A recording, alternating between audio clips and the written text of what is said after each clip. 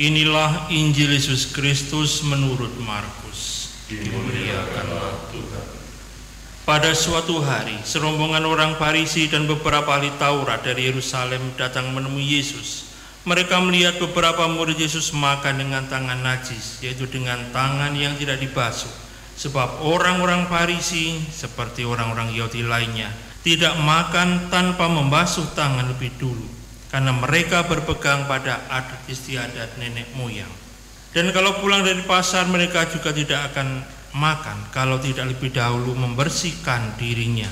Banyak warisan lain lagi yang mereka pegang, umpamanya hal mencuci cawan, kendi, dan perkakas tembaga.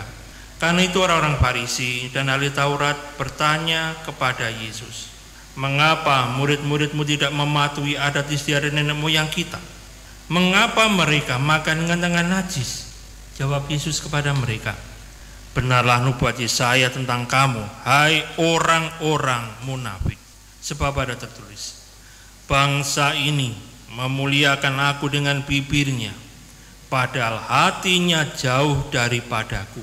Percuma mereka beribadat kepadaku, sebab ajaran yang mereka ajarkan ialah perintah manusia. Perintah Allah kamu abaikan untuk berpegang pada adat istiadat manusia." Yesus berkata kepada mereka, "Sungguh pandai kamu mengesampingkan perintah Allah, supaya kamu dapat memelihara adat istiadatmu sendiri. Karena Musa telah berkata, hormatilah ayahmu dan ibumu, dan siapa yang mengutuki ayahnya atau ibunya harus mati. Tetapi kamu berkata, kalau seorang berkata kepada bapa atau ibunya, apa yang ada padaku yang dapat digunakan untuk pemeliharaanmu sudah digunakan untuk kurban, yaitu persembahan kepada Allah, maka kamu membiarkan dia untuk tidak lagi berbuat sesuatu pun bagi bapa atau ibunya. Dengan demikian, sabda Allah kamu nyatakan tidak berlaku demi adat istiadat yang kamu ikuti itu, dan banyak hal lain seperti itu yang kamu lakukan." Demikianlah Injil Tuhan. Para saudara yang terkasih dimanapun Anda berada, Natal belum lama berlalu, Paskah pun mulai mendekat. Selalu muncul pertanyaan dalam pikiran sejumlah orang, mengapa Tuhan harus menjadi manusia, bahkan manusia hina yang mati di salib? Mengapa orang Kristiani menjadikan Tuhan seorang manusia nabi yang bernama Yesus? Merenungkan pertanyaan ini, saya menemukan poin refleksi. Ini poin yang saya temukan, bahwa Tuhan sungguh memiliki tingkat humor yang begitu tinggi sehingga kita sulit untuk memahaminya, bahkan sulit ikut tertawa bersama Tuhan.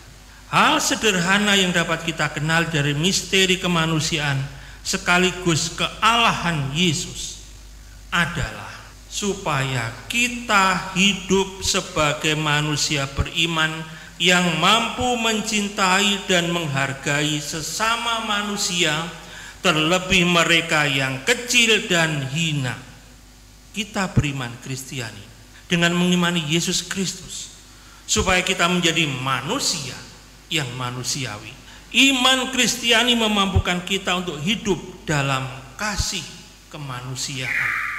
Sebab tidak jarang orang beriman kepada Tuhan dengan keinginan dan harapan supaya ia bisa menjadi Tuhan atau menjadi sama dengan Tuhan. Iman dan agama seolah menjadi tangga supaya kita menjadi ilahi sama seperti Tuhan. Oleh karena itu pernah muncul istilah mabuk agama. Orang yang mabuk agama adalah orang yang dengan iman dan kesalehannya, dan mereka memang umumnya saleh, religius.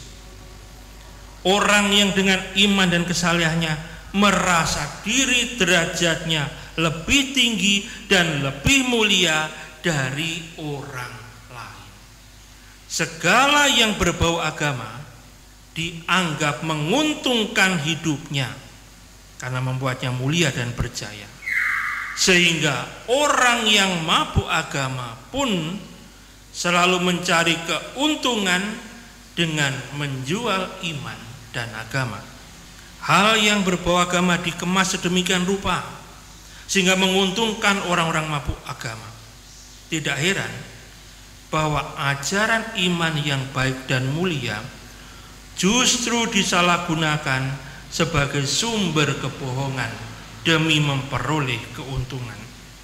Yesus dalam Injil Markus 7 ayat 1 sampai dengan 13 yang baru saja kita dengarkan, dikisahkan sedang berhadapan dengan orang-orang yang mabuk agama. Mereka memelintir firman Tuhan untuk membenarkan tindakan mereka yang keliru. Yesus menunjukkan kepada orang-orang Farisi dan ahli-ahli Taurat tentang hukum menghormati orang tua. Hukum ini mengandung ajaran bahwa seorang anak harus mampu merawat orang tuanya saat mereka tua dan tidak mampu lagi bekerja. Saat menjadi manusia lanjut usia dan jompo, mereka menjadi manusia lemah dan bergantung pada yang lebih muda. Adalah tindakan yang tidak manusiawi membiarkan orang tua yang sudah jompo dan lemah, membiarkan mereka hidup sendiri tanpa perawatan. Tetapi para saudara, dalam diri orang mabuk agama seperti para ahli Taurat dan orang Farisi, selalu ada banyak alasan untuk membenarkan diri dengan dalil-dalil agama.